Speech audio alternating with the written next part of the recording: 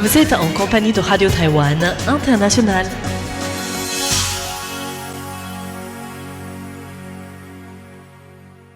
Bonjour à tous, vous êtes bien à l'écoute de Radio Taïwan International. C'est Mei Guang qui vous accueille à l'antenne.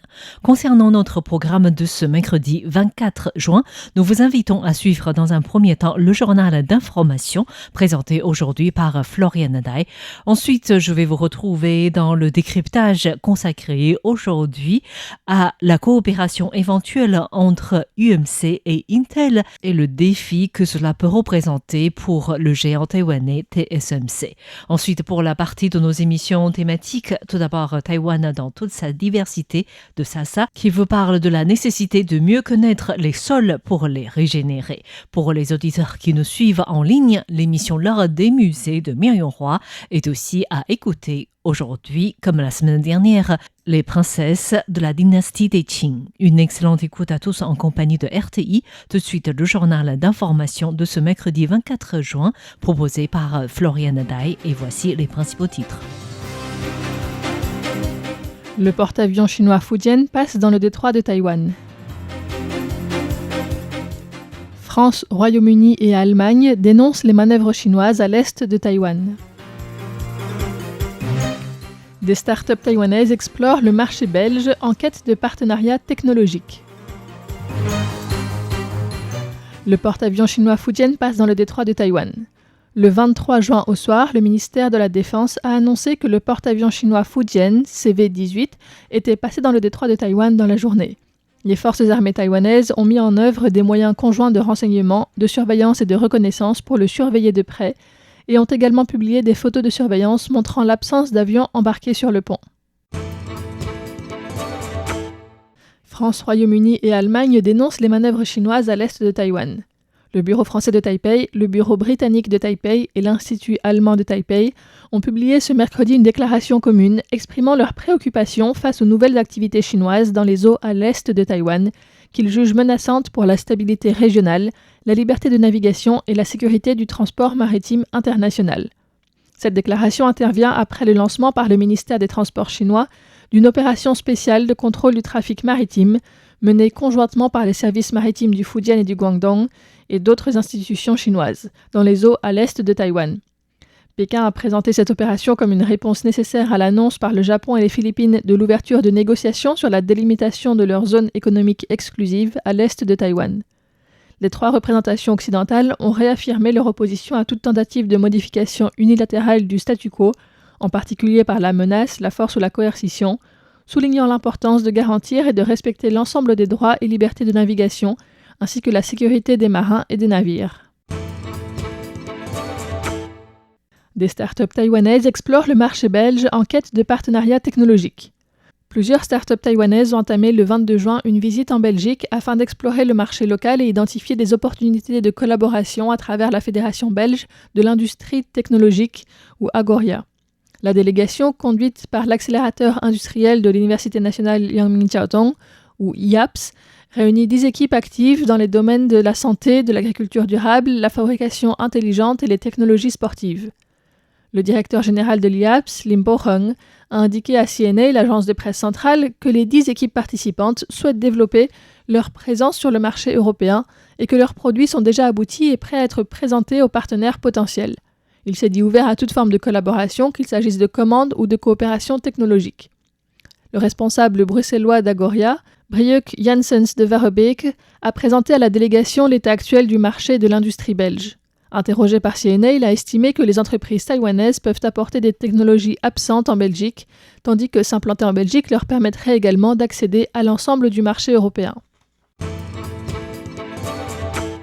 Échange franco-taïwanais sur les droits humains appelle à l'arrêt des exécutions.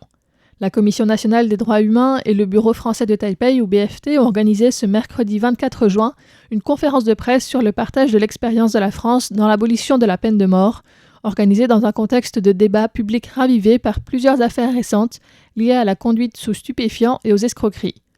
Le directeur du BFT, Franck Paris, a partagé l'expérience de la France. Lorsque la peine de mort a été abolie en France, l'abolition était minoritaire, très minoritaire, dans l'opinion publique française. Donc, le droit a précédé l'opinion. Et l'opinion a progressivement rejoint le droit. Au regard de cette expérience, l'argument selon lequel l'opinion publique n'est pas prête est un argument qui peut être relativisé. La deuxième chose que je voudrais partager, c'est que il n'y a jamais d'acquis dans le domaine des droits humains et que nous sommes toujours exposés pour l'abolition de la peine de mort comme dans d'autres domaines à un risque de régression. La vice-présidente de la commission, Chi Huirong, a affirmé que la peine de mort et la torture ne répondent pas aux standards internationaux des droits humains. Elle a déclaré L'exemple des pays avancés ayant aboli la peine de mort montre que cela n'a pas entraîné de hausse de la criminalité et que la mise en œuvre s'est faite dans de bonnes conditions. Taïwan doit regarder cette réalité en face. La Commission soutient l'abolition de la peine de mort et nous appelons solennellement Taïwan à franchir cette première étape essentielle, ne pas exécuter. Kao Yong-chung, membre de la Commission nationale des droits humains, a précisé que des coupes budgétaires récentes ont compromis le programme de dialogue social initialement prévu par la Commission en freinant leur travail. Frank Paris a averti que le dysfonctionnement d'une institution chargée de protéger les droits humains constituerait un signal inquiétant de recul démocratique, rappelant que, même dans les sociétés démocratiques, la protection de ces droits reste un chantier permanent et que la coopération et les institutions jouent un rôle majeur pour cela. Concernant la réduction du budget à laquelle fait face la Commission taïwanaise, il a ajouté que cela ne relevait pas d'une question politique, mais d'une question de défense des acquis de la démocratie à Taïwan. Zhuo Rongtai fixe l'éducation, la santé, la finance et la justice comme domaine pilote de l'IA souveraine taïwanaise. Le Premier ministre Zhuo Rongtai a présidé ce mardi 23 juin la première réunion du comité spécial sur la stratégie nationale en intelligence artificielle, créé par le Yuan exécutif. Il y a fixé l'éducation, la santé, la finance et la justice comme premier domaine d'application pilote. Zhuo Rongtai a précisé que le développement d'une IA responsable suivra 7 principes directeurs. Développement durable, autonomie humaine, protection de la vie privée, sécurité informatique, transparence, équité et responsabilité. Il a également invité les administrations à désigner des responsables et d'ouvrir davantage de données publiques et élargir la mise à disposition des corpus d'entraînement pour l'IA. En même temps, il a aussi précisé que la gouvernance des données touche à la protection des données personnelles et les droits d'auteur, d'où la nécessité d'établir un cadre couvrant la collecte des données, l'entraînement des modèles et le déploiement des applications afin de concilier innovation technologique et protection des droits. RIMPAC 2026, Resolute Dragon et Valiant Shield. Taïwan suit les exercices militaires dans le Pacifique. L'exercice naval multinational RIMPAC, ou exercice du Pacifique 2026, a débuté ce mercredi 24 juin et doit se dérouler jusqu'au 31 juillet. Interrogé au Parlement sur la participation taïwanaise à RIMPAC 2026 qui réunit cette année 31 pays, le ministre de la Défense, Wellington Koo, a confirmé que Taïwan n'y participe pas.